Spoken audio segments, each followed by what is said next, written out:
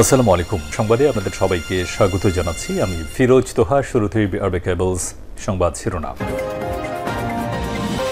জানিয়ে দেব এই মুহূর্তে হাতে পাওয়া সর্বশেষ গুরুত্বপূর্ণ আপডেট। বাংলা সংবাদ শুরুতেই থাকছে, ট্রাইব্যুনালে জামায়াতে নেতাদের বিচার সম্পূর্ণ সাজানো ও মিথ্যা ছিল। দেশের খ্যাতিমান আইনজীবী ব্যারিস্টার আব্দুর রাজ্জাক বলেছেন, আন্তর্জাতিক অপরাধ ট্রাইব্যুনালে জামায়াতে নেতাদের বিচার সম্পূর্ণ সাজানো ও মিথ্যা ছিল। সরকারের নির্বাহী কর্তৃপক্ষের নির্দেশনায় তাদের ফাঁসির রায় দেওয়া হয়েছে। ন্যায় বিচারের স্বার্থে এর পুনর্বিচার হওয়া উচিত, যাতে স্বজনরা জানতে পারেন যে তাদের পিতা, ভাই বা আত্মীয় নিরপরাধ ছিলেন। এবারে জানাবো, ছাত্রলীগ নেতাকে পুলিশে ধরিয়ে দিল ছাত্রদল। নিষিদ্ধ ঘোষিত সংগঠন বগুড়ার ধনুট পৌর ছাত্রলীগের সাবেক আহ্বায়ক বিপুল হাসানকে আটক করে মারধরের পর পুলিশে দেওয়া হয়েছে। বুধবার সন্ধ্যায় ছাত্রদলের নেতাকর্মীরা তাকে আটক করেন, পরে মারধর করে সদর থানা পুলিশে দেওয়া হয়। বিষয়টি নিশ্চিত করেছেন ধনুট থানার ওসি সাইদুল আলম। জানাবো, ছাত্র জনতার অর্জিত বিপ্লব নস্যাতের ষড়যন্ত্র চলছে। ঢাকা মহানগর উত্তর যুবদলের আহ্বায়ক শরীফুদ্দিন জুয়েল বলেছেন, ছাত্র জনতার আন্দোলনের অর্জিত বিপ্লব নস্যাতের ষড়যন্ত্র চলছে। আর এই চক্রান্তের সাথে পতিত আওয়ামী শুরু শাসক ছাড়া আরও অনেকে জড়িত। সংস্কারের নাম করে ক্ষমতাকে দীর্ঘস্থায়ী করবার অপচেষ্টা চলছে বলেও অভিযোগ করেন তিনি। এদিকে ঢাকা মাওয়া এক্সপ্রেসওয়েতে সড়ক দুর্ঘটনায় নিহত 4। ঢাকা মাওয়া এক্সপ্রেসওয়েতে পৃথক সড়ক দুর্ঘটনায় 4 জন নিহত হয়েছেন, আহত হয়েছেন আরও 5 জন। এর মধ্যে নিমতলী এলাকায় বৃহস্পতিবার রাত 12টার দিকে একটি দুর্ঘটনা ঘটে, আর সবশেষ শুক্রবার ভোর 4টার দিকে হাঁসড়া এলাকায় আরেকটি দুর্ঘটনা ঘটে। এবারে থাকছে, বেনাপোলে বিজিবির অভিযানে 13 লাখ টাকার চোরাই পণ্য জব্দ। বেনাপোল সীমান্তে পৃথক অভিযান চালিয়ে বিপুল পরিমাণ ভারতীয় শাড়ি, থ্রি পিস, তৈরি পোশাক, কম্বল, কসমেটিক্স সামগ্রী ও ফ্যান্সিডিল জব্দ করেছে বর্ডার গার্ড বাংলাদেশ। বৃহস্পতিবার রাতে অভিযান চালিয়ে এসব পণ্য জব্দ করে বিজিবি সূত্রে জানা গেছে, গোপন খবরে Benapole BOP, 5 Birtala BOP, আমরাখালী checkpost এলাকা এবং বেনাপোল সীমান্ত এলাকায় চোরাচালান বিরোধী পৃথক অভিযান চালায়। অভিযানে চোরাই পথে আনা বিপুল পরিমাণ ভারতীয় শাড়ি, থ্রি পিস, তৈরির পোশাক, কম্বল, কসমেটিক সামগ্রী, ফেন্সিডিল জব্দ করা হয়। তবে এ সময় কাউকে আটক করা যায়নি। এবং সর্বশেষ জানাবো, বাংলাদেশে পাচারের জন্য ভারতে ত্রিপুরায় গাঁজার চাষ। দেশের পূর্বাঞ্চল সীমান্ত পথে ভারত থেকে বাংলাদেশে গাঁজা পাচার বেড়েছে। বিশেষ করে ব্রাহ্মণবাড়িয়া জেলাসহ বৃহত্তর কুমিল্লার বিভিন্ন সীমান্ত পথে দেদারসে ভারতের ত্রিপুরা থেকে দেশে আসছে গাঁজা। 2024 সালে বিপুল পরিমাণ গাঁজাসহ 150 কোটি টাকার ভারতীয় অবৈধ চোরাই পণ্য উদ্ধার করেছে 60 বিজিবির সদস্যরা। এছাড়াও অন্যান্য আইনশৃঙ্খলা রক্ষাকারী বাহিনী প্রতিদিন বিপুল পরিমাণ গাঁজা উদ্ধার করেছে। এতক্ষণ শিরোনাম শুনছিলেন, এবার বিস্তারিত। প্রিয় দর্শক, আপনি যদি এই চ্যানেলে নতুন হয়ে থাকেন, ভিডিওটি দেখতে দেখতে চ্যানেলটি সাবস্ক্রাইব করে আমাদের সঙ্গে থাকুন। আর এই ভিডিও সম্পর্কে আপনি আপনার মূল্যবান মতামতটি কমেন্ট বক্সে জানিয়ে দিন। আর হ্যাঁ প্রিয় দর্শক, জানিয়ে দিন ভিডিওটি কোথা থেকে দেখছেন। ট্রাইব্যুনালে জামায়াতে নেতাদের বিচার সম্পূর্ণ সাজানো ও মিথ্যা ছিল। দেশের খ্যাতিমান আইনজীবী ব্যারিস্টার আব্দুর রাজ্জাক বলেছেন, আন্তর্জাতিক অপরাধ ট্রাইব্যুনালে জামায়াতে নেতাদের বিচার সম্পূর্ণ সাজানো ও মিথ্যা ছিল। সরকারের নির্বাহী কর্তৃপক্ষের নির্দেশনায় তাদের ফাঁসির রায় দেওয়া হয়েছে। ন্যায় বিচারের স্বার্থে এর পুনর্বিচার হওয়া উচিত, যাতে স্বজনরা জানতে পারে যে তাদের পিতা, ভাই বা আত্মীয় নিরপরাধ ছিলেন। এছাড়া ব্যারিস্টার রাজ্জাক মনে করেন, আন্তর্জাতিক অপরাধ ট্রাইব্যুনালে শেখ হাসিনার অপরাধের বিচার স্বচ্ছভাবেই সম্ভব। দেশের আইনেই স্বচ্ছভাবে এই বিচার হলে সেটি আন্তর্জাতিকভাবে গ্রহণীয় হবে। দীর্ঘদিন প্রবাসে থাকার পর ব্যারিস্টার আব্দুর রাজ্জাক কয়েকদিন আগে দেশে ফিরেন। আব্দুর রাজ্জাকের কাছে প্রশ্ন করা হয়, প্রায় 11 বছর সময় কাটিয়েছেন দেশের বাইরে, দেশে ফিরে প্রথম কি লক্ষ্য নিয়ে কাজ শুরু করতে চান? এর জবাবে তিনি বলেন, দেখুন, আমি 2013 সালে মাত্র 2 সপ্তাহের জন্য লন্ডনে গিয়েছিলাম। তখন কাদের মোল্লার ফাঁসি হয়েছিল। হাইকোর্ট, সুপ্রিম কোর্ট বন্ধ, বিরোধী দল নির্বাচন বয়কট করল, আমাকে সবকিছু থেকে বঞ্চিত করে দিল।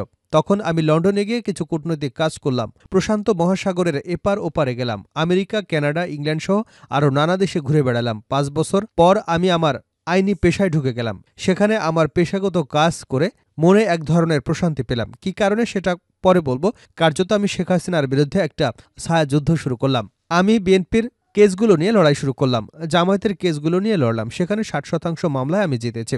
আমি এই মামলাগুলোকে শেখ হাসিনার বিরুদ্ধে একটা লড়াই হিসেবে দেখেছি। লন্ডনের কোর্টগুলো আমাকে সাপোর্ট করত। আমি জামায়াতে নাবে আমির একেএম নাজির আহমেদের ছেলে রাজনৈতিক আশ্রয় সংক্রান্ত মামলার কৌশলে ছিলাম। সেখানে আইনি লড়াইয়ে জার্বকে জার্মানির গেস্টাপোর সাথে তুলনা করলাম। লন্ডনের কোর্ট এই যুক্তি গ্রহণ করল। বাংলাদেশ হলে হয়তোবা আমাকে সুপ্রিম কোর্ট থেকে উঠিয়ে নিয়ে যেত। সুতরাং 11 বছর আমি আমার পেশা দিয়ে প্রবাসে লড়াই করেছি।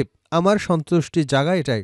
গত 15 বছর দেশে যদি সুষ্ঠু আইন শাসন প্রতিষ্ঠিত থাকত, আদালত প্রকৃতভাবে স্বাধীন থাকত, তাহলে জামায়াতের এত বড় বড় নেতাকে ফাঁসি দেওয়া সম্ভব হতো না, বিএনপিকে এত অপদস্থ হতে হতো না, খালেদা জিয়াকে নিয়ে এত। সুতরাং আইনি শাসন এবং স্বাধীন বিচার ব্যবস্থা নিশ্চিত করতে হবে। ছাত্রলীগ নেতাকে পুলিশকে ধরিয়ে দিল ছাত্রদল। নিষিদ্ধ ঘোষিত সংগঠন বগুড়ার ধনুট পৌর ছাত্রলীগের সাবেক আহ্বায়ক বিপুল হাসানকে আটক করে মারধরের পর পুলিশে দেওয়া হয়েছে। সন্ধ্যায় ছাত্রদলের নেতাকর্মীরা তাকে আটক করে, পরে মারধর করে সদর থানা পুলিশের কাছে দেওয়া হয়। বিষয়টি নিশ্চিত করেছে ধনুট থানার ওসি সাইদুল আলম। বৃহস্পতিবার আদালতের মাধ্যমে বগুড়া জেলা কারাগারে পাঠানো হয়েছে। পুলিশ এবং এজাহার সূত্রে জানা যায়, বিপুল হাসান ধনুট পৌর ছাত্রলীগের সাবেক আহ্বায়ক। তিনি ধনুট সদরের পশ্চিম ভরণশাহী গ্রামের মুক্তিযোদ্ধা গোলাম হোসেনের মাস্টারের ছেলে। 2018 সালে ধনুটে বিএনপির মহাসমাবেশে হামলা ও দলীয় কার্যালয়ে ভাঙচুরের ঘটনায় সম্প্রতি তার বিরুদ্ধে 2টি মামলা হয়েছে। এছাড়া বগুড়ার সদর থানায় তার বিরুদ্ধে আরেকটি নাশকতার মামলা হয়েছে। গ্রেপ্তার এড়াতে বিপুল হাসান পলাতক ছিলেন। পরে বুধবার বগুড়ায় শহরে ঘোরাফেরা করবার সময় ছাত্রদলের নেতাকর্মীরা তাকে চিনতে পেরে আটক করে মারধরের পর সদর থানায় সোপর্দ করেন।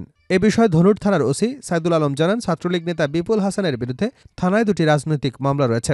তাকে সদর থানায় সোপর্দ করা হয়েছে। ছাত্র জনতার অর্জিত বিপ্লব নস্যাতের ষড়যন্ত্র চলছে। জুয়েল। ঢাকা মহানগর উত্তর যুবদলের আহ্বায়ক শরীফুদ্দিন জুয়েল বলেছেন, ছাত্র জনতার আন্দোলনের অর্জিত বিপ্লব নস্যাতের ষড়যন্ত্র চলছে, আর এই চক্রান্তের সাথে পতিত আওয়ামী স্বৈরশাসক ছাড়া আরও অনেকে জড়িত। সংস্কারের নাম করে ক্ষমতায় দীর্ঘস্থায়ী করবার অপচেষ্টা চলছে বলেও অভিযোগ করেন তিনি।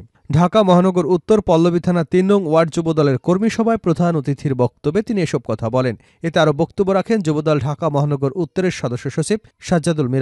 জুয়েল বলেন, একটি রাজনৈতিক দলের কথাবার্তায় মনে হচ্ছে দেশকে বিএনপি শূন্য করতে চায় তারা। আমি পরিষ্কার বলতে চাই, আওয়ামী লীগ বিএনপিকে ধ্বংস করতে গিয়ে নিজেরাই ধ্বংস হয়ে গেছে। বিএনপি কোনো মৌলবাদী সংগঠন নয়, বাংলাদেশের সবচেয়ে জনপ্রিয় দল। আজকে যে দলটি বিএনপির বিরুদ্ধে অপবাদ দিয়ে মিথ্যা প্রচার করছে, এই জুলাই বিপ্লবে তাদের কজন শহীদ হয়েছেন জাতি জানতে চায়। তিনি বলেন, যারা দলীয় শৃঙ্খলা মেনে চলবে না, চাঁদাবাজি কিংবা লুটপাটে জড়িত থাকবে, তাদের অন্তত যুবদল ঢাকা মহানগর উত্তরে জড়িত থাকতে পারবে না। আন্দোলন সংগ্রামে যারা অংশগ্রহণ করেছেন, নির্যাতিত হয়েছেন, যারা জেল খেটেছেন, মামলা হামলার শিকার হয়েছেন এবং দলীয় নির্দেশনা মেনে দলের দলীয় প্রোগ্রামে অংশগ্রহণ করেছেন, তাদের নিয়ে যুবদল ঢাকা মহানগরের সকল শাখার কমিটি গঠিত হবে। মিরাজ আরও বলেন, যুবদল ঢাকা মহানগর উত্তরে কোনো হাইব্রিড বা অনুপ্রবেশকারীর স্থান হবে না। যারা হাইব্রিড এবং অনুপ্রবেশকারীদের দলে স্থান দেবার চেষ্টা করবে, তাদের বিরুদ্ধে আমরা সাংগঠনিক ব্যবস্থা গ্রহণ করব। তিনি বলেন, যারা দলের জন্য কাজ করবে, জনগণের জন্য কাজ করবে, একমাত্র তারাই হবে নেতা। ঢাকা মাওয়া এক্সপ্রেসওয়েতে সড়ক দুর্ঘটনায় নিহত 4। ঢাকা মাওয়া এক্সপ্রেসওয়েতে সড়ক দুর্ঘটনায় 4 জন নিহত হয়েছেন, আহত হয়েছেন আরও 5 জন। এর মধ্যে নিমতলী এলাকায় বৃহস্পতিবার রাত 12টার দিকে একটি দুর্ঘটনা ঘটে, আর সবশেষ শুক্রবার ভোর 4টার দিকে হাসার এলাকায় আরেকটি দুর্ঘটনা ঘটে। হাইওয়ে পুলিশ সূত্র জানায়, রাত 12টার দিকে নিমতলী এলাকায় একটি কাভার্ড ভ্যানের পেছনে মাওয়ামুখী আবদুল্লাহ পরিবহনের বাস সজোরে ধাক্কা দেয়। এতে দুমড়ে মুচড়ে যায় বাসটি। নিহত হন বাসের হেলপার মোহাম্মদ জীবন 44। তার বাড়ি শ্রীনগর উপজেলার কল্লিগাঁও গ্রামে। নিহত অপরজন হলেন বাসযাত্রী মোহাম্মদ রায়হান 27। তিনি সিরাজদিখান উপজেলার মালখাননগর ইউনিয়নের দেবীপুরা গ্রামের বাসিন্দা। এদিকে ভোরে হাসার এলাকায় অপর দুর্ঘটনায় নিহত হন আরও 2 জন। তাদের পরিচয় নিশ্চিত হওয়া যায়নি, তবে এই 2 ব্যক্তির আনুমানিক বয়স 35 থেকে 25 বছর হবে। শ্রীনগর উপজেলা স্বাস্থ্য কমপ্লেক্সে জরুরি বিভাগের চিকিৎসক ডাক্তার ক্যামিলিয়া সরকার জানান, রাতে 2 জনের মরদেহ হাসপাতালে নিয়ে আসা হয়।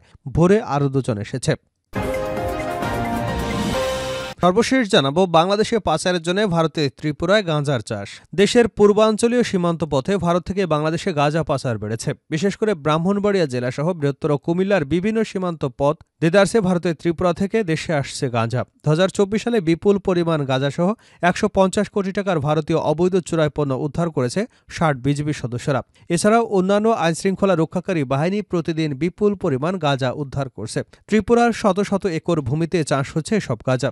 2 দেশের কয়েকটি সিন্ডিকেট এই গাঁজা পাচার নিয়ন্ত্রণ করছে। ত্রিপুরার সংবাদ সংস্থা ও বিভিন্ন সূত্রে প্রাপ্ত তথ্যে এসব জানা গেছে। জাগরণ ত্রিপুরার সংবাদ মাধ্যম প্রকাশিত খবর অনুযায়ী, ত্রিপুরা রাজ্যের গাঁজার চাষ হয়। অল্প পুঁজিতে অধিক মুনাফা লাভের আশায় সেখানকার বাড়ির উঠোনে অথবা বাড়ি সংলগ্ন জমি সর্বত্রই গাঁজার চাষ বেড়ে গেছে। রাতারাতি বিলাসবহুল বাড়ি এবং গাড়ির মালিক হবার লোভে ত্রিপুরার কৃষকরা ফসল চাষের বদলে গাঁজা চাষে বেশি আগ্রহী। ত্রিপুরার গাঁজা চাষ বেআইনি হলেও প্রতিরোধে তেমন ব্যবস্থা গ্রহণ করা হয় না। মাঝে মধ্যে কিছু গাছ ধ্বংস করা হয়। ডিসেম্বর মাসে 3টি জমিতে 1.5 লাখের মতো গাঁজা গাছ ধ্বংস করেছে সেখানকার বিশালগড় যাত্রাপুর থানা পুলিশ। সীমান্তের সূত্র জানা গেছে, বাংলাদেশে পাচারের জন্য ত্রিপুরার কৃষকরা গাঁজার চাষ করছে।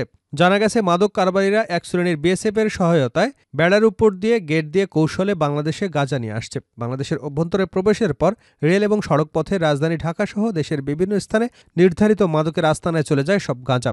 সম্প্রতি বিজিবির তৎপরতায় নিয়মিত সীমান্তে গাঁজা ধরা পড়ছে। ব্রাহ্মণবাড়িয়া সুলতান 60 বিজিবি ব্যাটালিয়ন অধিনায়ক লেফটেন্যান্ট কর্নেল জাবের বিন জব্বর জানান, আখাউড়া স্থলবন্দর থেকে কুমিল্লা আদর্শ সদর পর্যন্ত তাদের দায়িত্বপূর্ণ সীমান্ত এলাকায় মাদকসহ চোরাচালানের বিরুদ্ধে বিজিবির বিশেষ অভিযান চলছে। 2024 সালে বিপুল পরিমাণ গাঁজাসহ 147 কোটি টাকার চোরাই পণ্য উদ্ধার করেছে 60 বিজিবি সদস্যরা।